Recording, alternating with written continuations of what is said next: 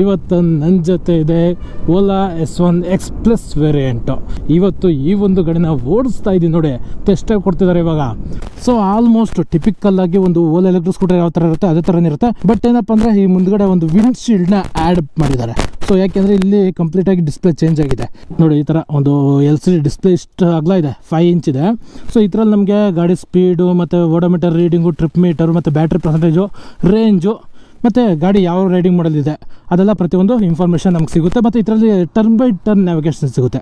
ಈ ಒಂದು ಗಾಡಿ ಒಂದ್ಸಲ ಚಾರ್ಜ್ ಮಾಡಿ 151 ಕಿಲೋಮೀಟ್ರ್ ಹೋಗ್ಬೋದು ಅಂತ ಕಂಪ್ನಿಯವ್ರು ಕ್ಲೈಮ್ ಮಾಡ್ತಾರೆ. ಬಟ್ ಈ ಒಂದು ಗಾಡಿಯ ಒಂದು ಟ್ರೂ ರೇಂಜ್ ಬಂದು 125 ಕಿಲೋಮೀಟ್ರ್ ಎಕೋನೋ ಮಾಡಲಿ. ಅದೇನಾರ ನೀವು ನಾರ್ಮಲ್ ಮಾಡಲ್ ಹೋಯ್ತೀರ ಅಂದರೆ 100 ಕಿಲೋಮೀಟ್ರ್ ಅಷ್ಟೇ ಹೋಗೋಕ್ಕಾಗೋದು. ಈ ಒಂದು ಗಾಡಿ ಬಿಲ್ಡ್ ಕ್ವಾಲಿಟಿ ಬಗ್ಗೆ ಮಾತಾಡಿದ್ರೆ ನೀವು ಇಲ್ಲಿ ನೋಡ್ಬೋದು, ಇದು ಬಂದು ಕಂಪ್ಲೀಟ್ ಆಗಿ ಫೈಬರ್. ಸೊ ಯಾವುದೇ ಥರ ನಿಮಗೆ ಇಲ್ಲಿ ಮೆಟಾಲಿಕ್ ಇರಲ್ಲ. ಸೊ ಇದು ಕೂಡ ಅಷ್ಟೇ, ಸುಮ್ಮನೆ ಏನೋ ಒಂಥರ ಏನೋ ಇಡಬೇಕು ಅಂತ ಇಟ್ಟಿದ್ದಾರೆ ಅಷ್ಟೇ.